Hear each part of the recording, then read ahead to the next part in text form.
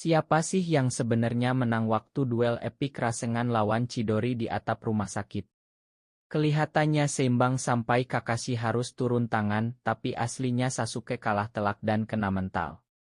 Coba lu melotot deh ke wadah air yang mereka hantam. Chidori Sasuke cuma bisa melubangi bagian depan tangki dengan rapi, khas elemen petir yang cuma okus menusuk satu tik mati.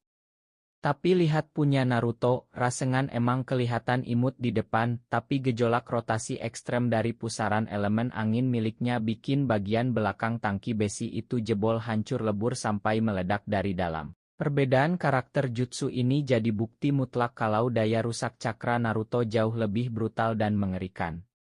Jadi lu tim petir yang sok keren atau tim angin yang destruktif? Klik tombol rahasia si di bawah sekarang buat subscribe dan kita obrak-abrik teori anime lainnya.